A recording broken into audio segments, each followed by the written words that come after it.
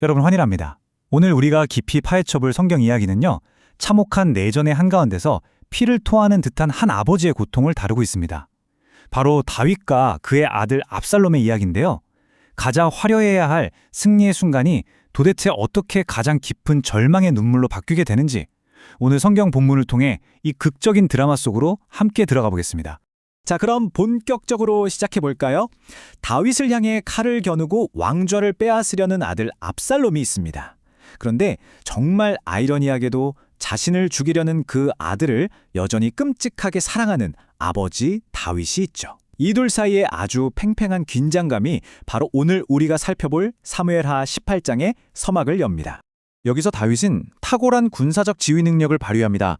자신의 군대를 세 개의 대대로 나누고 경험이 아주 풍부한 요압과 아비새 그리고 가드 사람 이때에게 지휘를 딱 맡기거든요. 사실 처음에는 다윗 자신도 전쟁터에 직접 나가려고 했습니다. 하지만 백성들이 나서서 간곡히 만류합니다. 다윗 왕 한 사람의 목숨이 자신들 10,000명보다 훨씬 더 중요하다면서 말이죠. 결국 다윗은 국가의 안위와 백성들의 뜻을 받아들여 성에 남기로 하는데요. 왕으로서 가장 취약하고 무기력한 위치에 서게 된 셈입니다. 이 화면을 한번 보세요. 두 사람의 완전히 엇갈린 갈망이 아주 극명하게 대조되고 있죠. 아들 압살롬은 아버지를 파멸시키고 권력을 차지하려는 무서운 사례로 가득 차 있습니다. 반면에 다윗은요, 이 엄청난 국가적 위기 앞에서도 반역자인 아들을 어떻게든 살려내려고 합니다. 어찌 보면 정말 비이성적일 만큼 맹목적인 부모의 사랑을 보여주고 있는 거죠. 부모와 자식 간에 보여줄 수 있는 최악의 모습과 최선의 모습이 정면으로 부딪히는 순간입니다. 사무엘하 18장 5절을 보면 다윗이 모든 군 지휘관들에게 이렇게 당부합니다. 나를 위하여 젊은 압살롬을 너그러이 대우하라. 자신을 죽이려는 배반자에게 베푸는 이 놀라운 관용의 명령. 사실 이건 큰 결함을 가진 아버지의 나약함이기도 합니다. 하지만 동시에 원수조차 품으시려는 하나님의 그 측량할 수 없는 은혜의 그림자를 아주 깊이 반사하고 있는 대목이기도 하죠. 자, 두 번째, 막 에브라임 스풀의 심판입니다. 이 끔찍한 내전의 결전지가 된 것은 매우 기이하고도 숙명적인 장소였습니다. 바로 에브라임 수풀에서 전투가 벌어지는데요. 다윗의 군사들은 정당한 왕을 대적하고 선한 정부를 파괴하려는 반란군에 맞서 정말 맹렬히 싸웠습니다. 그런데 여러분, 여기서 진짜 승부를 가른 건 다윗 군대의 칼이 아니었습니다. 바로 하나님의 개입이었죠. 완벽한 은신처인 줄 알았던 그 험한 수풀과 수렁, 함정들이 오히려 반역자들을 파멸시키는 끔찍한 덫이 되어버렸습니다. 이 숫자가 정말 기가 막히게 보여주는 사실이 하나 있는데요. 무려 2만 명입니다. 칼에 맞아 죽은 자보다 숲에 삼켜져 죽은 자가 훨씬 더 많았거든요. 스스로를 구원하려던 적들이 결국 스스로 자멸하게 되는 하나님의 심판이 얼마나 철저하고 파괴적인 규모로 이루어졌는지를 아주 명확하게 보여주고 있습니다. 세 번째, 막 반역자 압살롬의 최후입니다. 다윗을 정복할 거라는 기대로 가득 찼던 압살롬, 이제 완전히 당황한 채 생명의 종말을 맞이하게 됩니다. 다윗의 군대와 딱 마주쳐서 급기 도망치던 압살롬이 큰 상수리나무 아래를 지날 때였어요. 그의 가장 큰 자랑거리였던 그 풍성한 머리털이 나뭇가지에 아주 단단히 얽히고 맙니다. 타고 있던 노새는 쏙 빠져나가 버리고 그는 그야말로 허공에 대롱대롱 매달리는 신세가 되죠. 여러분, 이건 단순한 사고가 아닙니다. 그의 교만의 상징이었던 머리털이 바로 그를 죽이는 형틀이 되어버린 겁니다.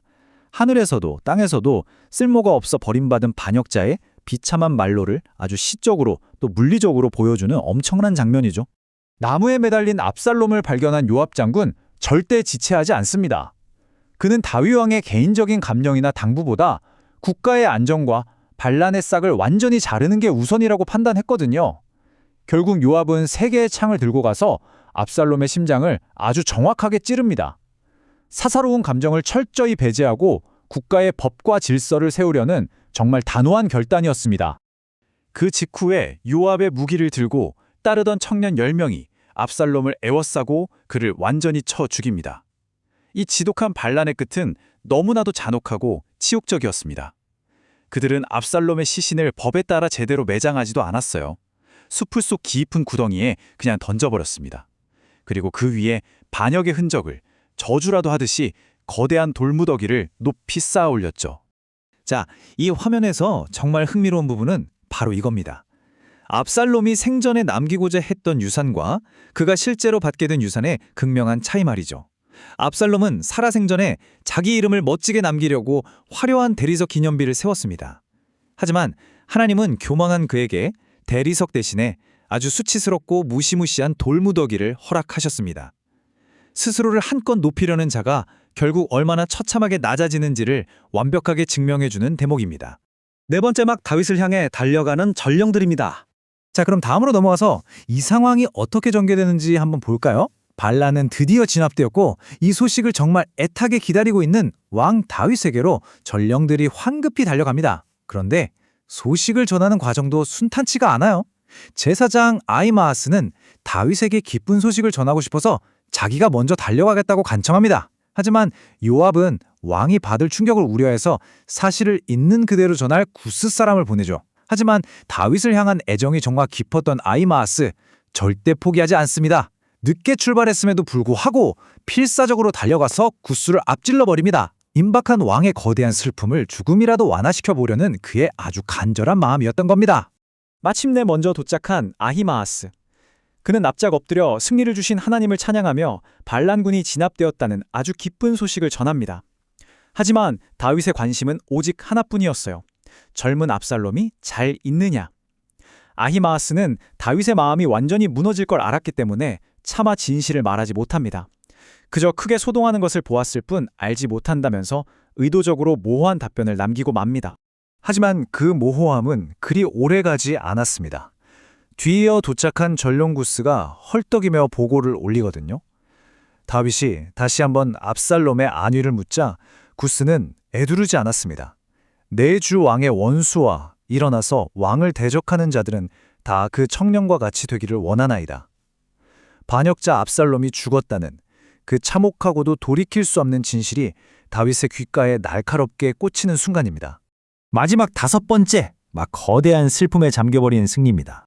나라를 구한 엄청난 승리의 기쁨은요, 한 아버지의 거대한 개인적 비극 앞에서 완전히 빛을 잃고 맙니다. 사무엘하 18장 33절은 성경 전체를 통틀어 가장 가슴을 저미는 슬픔의 절규를 기록하고 있습니다. 내 아들 압살롬아, 내 아들 압살롬아, 차라리 내가 너를 대신하여 죽었다면, 압살롬, 내 아들아, 내 아들아.